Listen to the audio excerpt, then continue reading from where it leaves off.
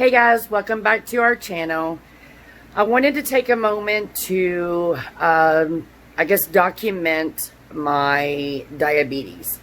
There are so many people out there, including myself. When the doctor first diagnosed me with, having full-blown diabetes, I was very concerned, scared, didn't know what to do, what was going to happen, what I was going to have to do. When she mentioned insulin, that completely put me in shock and, totally freaked me out. Scared of these needles and valves, and how was I going to draw it up and giving myself shots. So, it really freaked me out. And we have an excellent doctor. Her name is Dr. Broadstone. She is a doctor at the Joslin Center. Very, very well known, very well at what she does. She's an excellent doctor. So I wanted to take this moment and kind of record what I do when I check my blood sugar and when I give myself a shot. Now, I won't be giving myself a shot today. I will let Matt give me a shot in the arm. I am currently doing 4 shots a day. I do 3 of the fast-acting insulin, which is called Humalog, and then I do a long-lasting insulin at nighttime, which is called Lantus. So, as of right now, with me not working, 2 of those shots, which is usually my morning shot and my lunch shot, I do that myself here at the house, and then when Matt comes home at night, he'll do 1 in each of the arms. Now, I won't lie, the Lantus usually burns like fire. I guess it's acidic, so we just found recently out that is normal. She is recommending that we do the upper part of my thigh, or like the fatty tissue in my little behind area, which I can't do that. I am scared of getting a shot in the butt. I don't know why. It's such a little needle. I probably won't even feel it.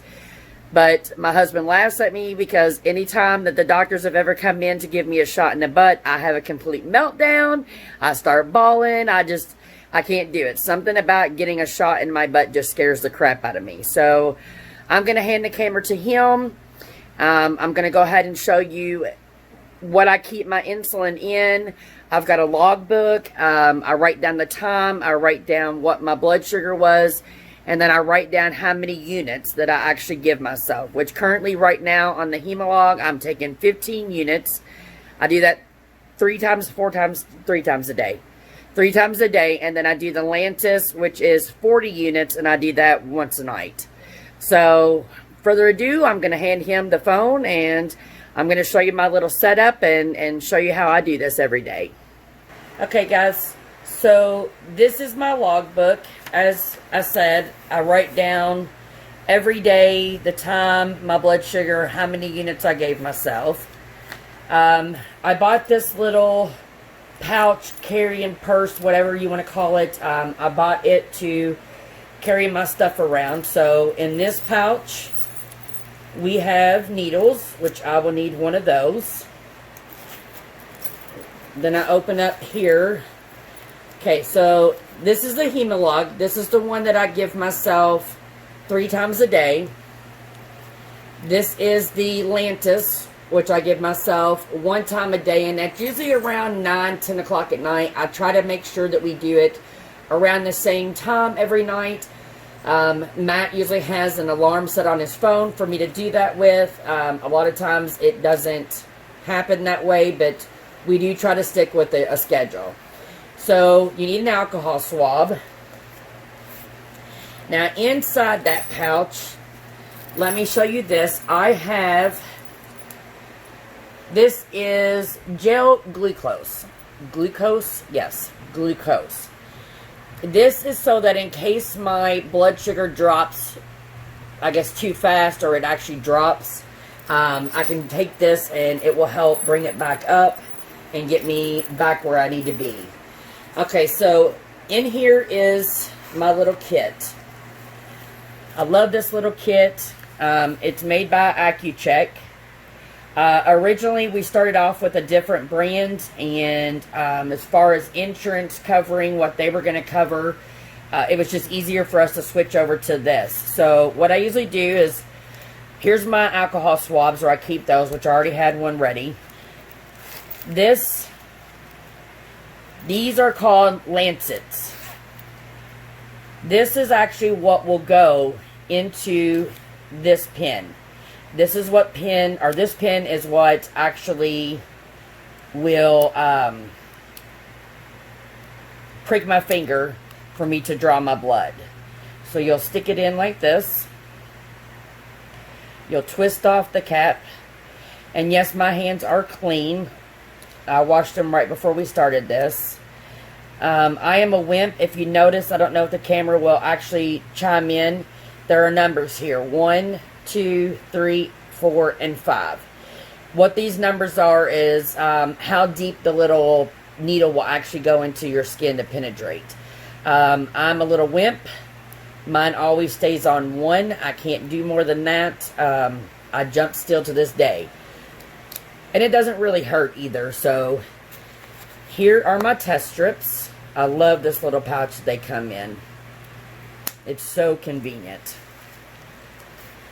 And then here's my actual kit. Now I don't shove it all the way in, because once we shove it in, the machine kicks on. So I do want to wait until I'm ready for it. So what I do, and if anybody is squeamish, go ahead and turn away now. I know a lot of people can't handle blood, and I mean, there is going to be some. And see, there's times like that where I don't get it in quite right. Oh, no, I guess I did. I got a double hole. So then the machine kicks on. I place it in. 182. Now, for a lot of people that don't understand, I know that usually if your blood sugar is below 100, you're doing fine. You're doing really well. My average blood sugar was around 300. When I was admitted into the hospital and treated for DKA, my blood sugar was 777. That is not good by any means. And those are things that can actually put you in a diabetic coma. I ended up spending 4 days in the hospital, and that's when I was diagnosed with being insulin dependent. So for me right now, our goal is to try to get my blood sugar below 200 and kind of keep it there. She didn't want to rush it and have it drop too drastically. That can cause several problems. So we are slowly but surely lowering it, and so far so good.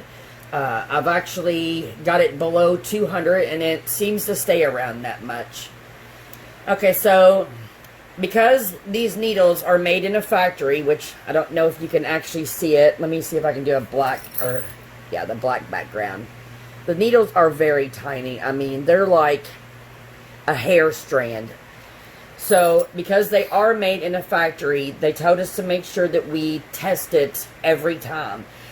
Just to make sure that the needle's not clogged, or, you know, it's not a defective needle. So, what we usually do is we'll click it 1 unit. I always take my alcohol swab in the corner. I squeeze it. We've got drops, so I know it's good. So now it's time to put it up to 15 units. I always put the cap back on until we're ready to go. We set it down. He's going to reverse the camera so that I can actually hold it and show you guys him giving me the injection.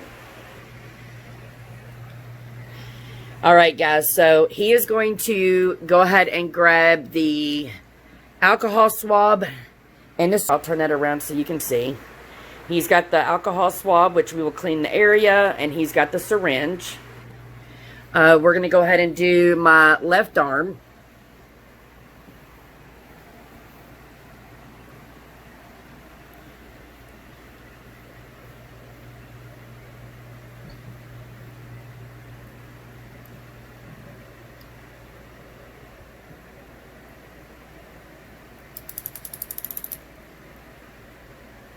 And then we count 10 seconds after we've injected it fully. And then we pull out. Little droplet of blood maybe. Usually never. We wipe it up. And then that's it, guys. That's how I do it. And I do that 4 times a day. So for anybody that was just curious about insulin and what it was like to have to actually give yourself a shot, I hope this helps anybody that is curious or wondering. If you have any questions or you're concerned about something, feel free to comment below. If you like this video, give us a thumbs up. Don't forget to hit that subscription and turn your notifications on. Thanks, guys, for watching.